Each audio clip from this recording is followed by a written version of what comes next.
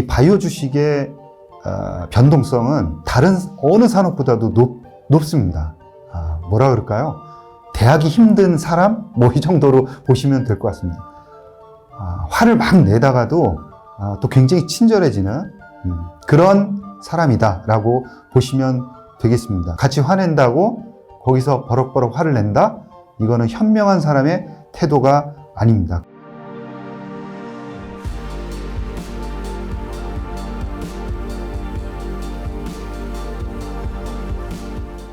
우리나라의 그 주가 속성을 보면 미리 올라갑니다. 그러다가 기대감이 당연히 크지는 않은 거죠.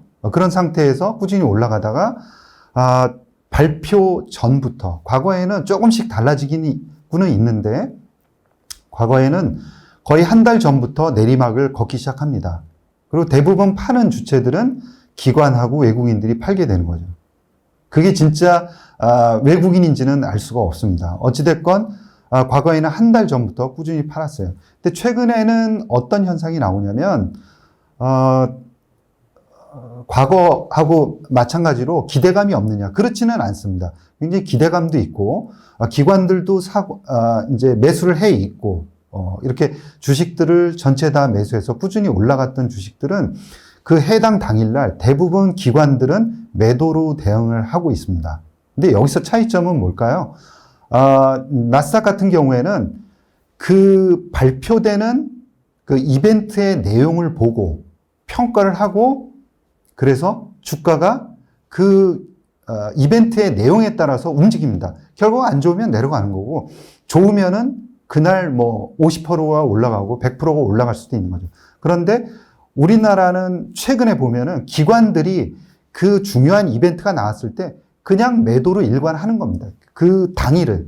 그런데 또 한 가지 드리고 싶은 말씀은 그 당일에 매도를 했다고 해서 꾸준하게 이어서 매도를 하냐? 그거는 아닐 수 있다는 거죠. 그래서 우리는 두 가지에 대해서 좀 이야기를 하고 또 이해를 할 필요가 있는데 기관들이 그 당일날 매도하는 게 본질적인 이제 향후에 이렇게 하겠다라는 걸 보여주는 건 아니라는 걸 생각하는 거죠. 그래서 그 당일날 매도를 했다고 해서 꾸준히 매도를 하는 건 아니다. 그리고 매도를 하는 것 자체가 뭐 나쁜 건 아닙니다. 왜 그러냐면 나는 그거를 이벤트로 마일스톤으로 생각을 해서 그 바이오 주식을 샀기 때문에 그 이벤트를 중심으로 해서 팔겠다라고 충분히 생각할 수도 있습니다. 그거는 투자 방법 중에 하나가 되는 거죠. 그렇지만 향후에는 나스닥과 마찬가지로 그 내용을 보고 그리고 조금 더 그 다음 마일스톤 투자 일정을 잡아서 이 주식을 조금 더 끌고 가야겠다라고 판단하는 그런 주체들이 훨씬 더 많아질 수 있다는 거죠. 그러므로 인해서 그 당일날 무조건 주가가 그리고 기관들이 매도하는 이런 현상은 점차 없어지지 않을까 그런 생각을 해봅니다. 그러면 이번 유한양행의 경우 FDA 승인 당일에는 주가가 오르지 않아서 실망하신 분들이 이제 저희 채널 댓글에도 많았는데요. 네. 근데 일주일 정도 지난 시점에 20% 정도 급등하는 모습이 나왔습니다. 네. 이런 경우에는 그럼 기관들이 매도를 해서 개인들이 따라 매도를 했다가 또 기관들이 매수를 한 걸까요? 어떻게 해석할 수 있을까요? 유한양행을 기점으로 해서 국내 바이오 주식은 전혀 달라졌다. 이렇게 제가 이제 말씀을 드린 이유 중에 하나가 유한양행을 어떻게 볼 거냐 하는 거죠. 글로벌 신약을 개발한 기업입니다. 블록버스터가 될 가능성이 대단히 높고요. 그리고 시장이 아직 반영하지 않은 부분들이 10만 원 정도 수준에서는 충분히 있다라고 저는 판단을 이제 했던 거고 그런 식으로 이제 여러분들께 말씀을 드렸습니다. 아마 기관들도 추세적으로 팔지 못할 거다. 왜 그러냐면 향후에 블록버스터로 성장하는 그런 블록버스터가 되는 그런 약들이 그렇게 생각보다 많지는 않습니다. 그렇죠? 그런 약을 개발한 그런 기업입니다. 물론 이제 전체 다 개발하지 못하고 임상 3상은 존슨앤존슨이 맡았지만 그래도 그 물질을 임상 2상 단계까지 가져갔던 그런 기업입니다. 그리고 결국에는 블록버스터 이제 팔아봐야 알겠지만 블록버스터 가능성이 대단히 높은 거죠. 그래서 존슨앤존슨의 상업력 그리고 물질의 우수성 이런 것들을 볼 때 향후에 블록버스터 가능성이 대단히 높다라고 보는 거죠. 그리고 이런 물질을 개발한 기업들의 주가가 그렇게 망가졌느냐? 그렇지 않습니다. 물건이 팔리면서 매출액이 나오고 그 매출액이 꾸준히 올라가는 것을 보면서 주가는 항상 우상향에 갔습니다. 그렇기 때문에 이런 펀더멘탈이 개선되는 기업하고는 싸울 필요가 없는 거죠. 기관도 절대 싸우지 못할 거다라고 말씀을 드린 겁니다. 그런 측면에서 그냥 누군가가 팔았기 때문에 안 팔았기 때문에 이런 것보다는 펀더멘탈을 보셔라.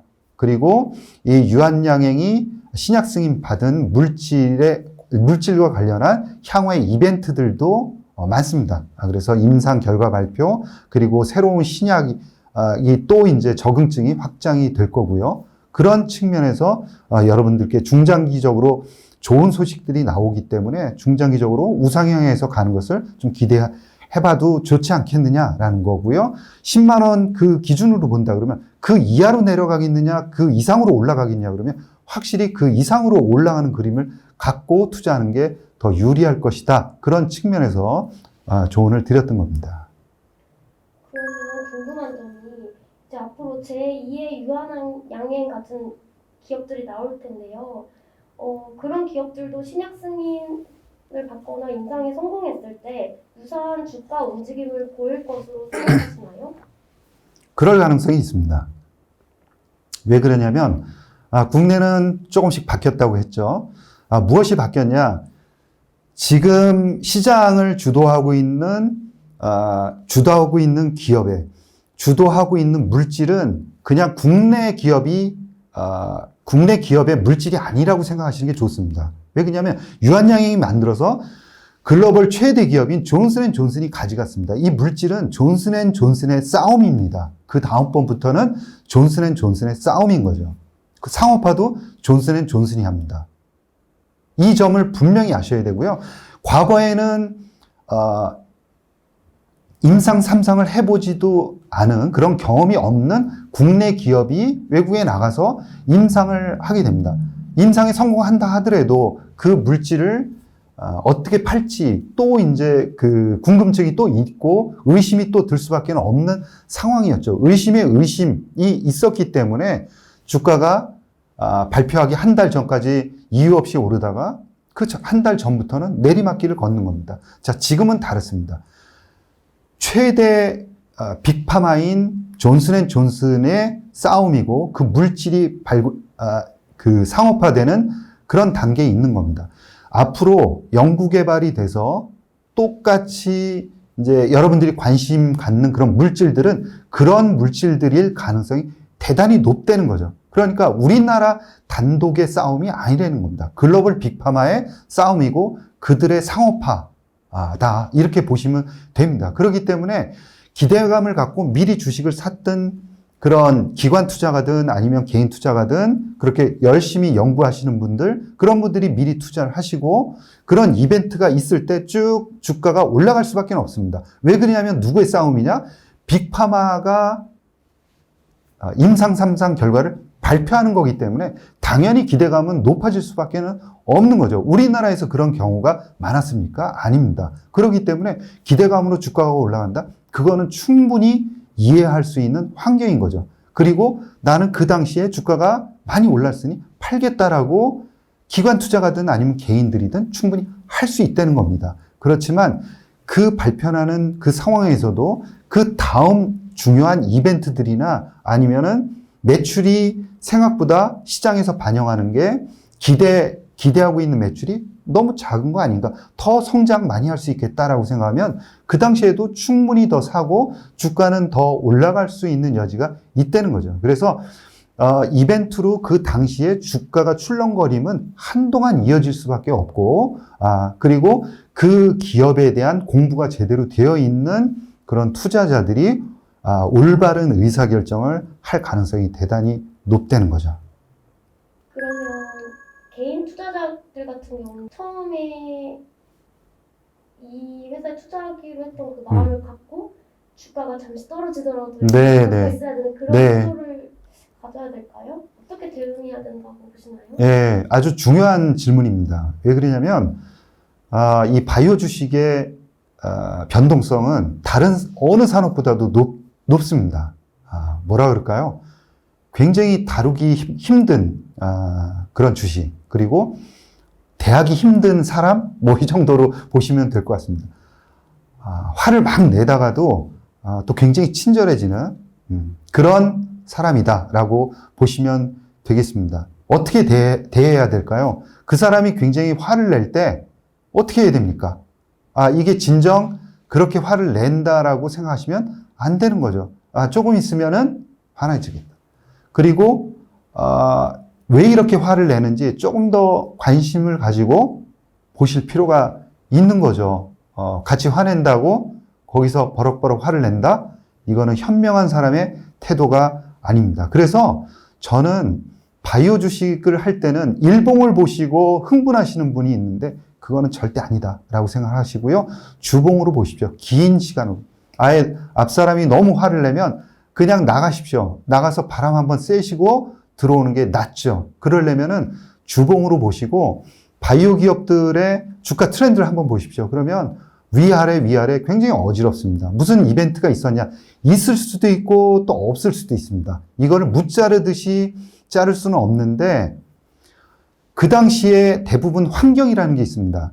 주식 환경, 시장 분위기 이런 거에도 굉장히 영향을 많이 받고 그렇습니다. 그러니까 기분에 어떤 사람이 있는데 다른 여러 가지 외부 환경에 의해서 기분이 굉장히 변화가 심하다라고 생각을 하시면 돼요. 그런 겁니다. 그래서 바이오 주식은 왜 그러냐면 그 물질 자체가 성공하기 되게 어렵기 때문에 그렇습니다. 성공 확률. 그래서 누군가가 그 기업 굉장히 어렵던데 성공하기 굉장히 어렵다고 누가 하던데 라는 얘기를 듣는 순간 갑자기 겁이 나는 거죠. 야, 이거 안 되는 거 아닌가?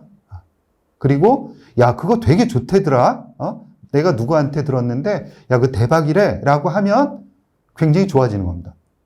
왜 그러냐면 원래 확률이 항암제를 개발할 확률이 임상에 들어가서도 7%밖에 안 됩니다. 그러니 누가 무슨 얘기하면 놀라는 것도 당연할 수밖에 없습니다. 그렇게 굉장히 다루기 힘들고 그리고 성공하기 힘듭니다. 그래서 바이오 주식은 꼼꼼하게 잘 보셔야 된다. 그래서 기술 트렌드 그리고 기술력, 기술한 경험이 있는지 그리고 자금을 풍부하게 들고 있는지 그것도 CEO의 그 신뢰성 이런 것들을 꼼꼼히 살펴보고 들어가야 된다. 그리고 만약에 주가가 크게 움직이면 내가 봤던 그 기업의 중요한 포인트들이 도대체 변한 게 있는지를 한번 확인을 해 보십사 하는 겁니다. 그래서 그런 게 변함이 없는데 앞사람이 그냥 계속 그냥 화를 내는구나. 뭔가가 기분이 안 좋구나.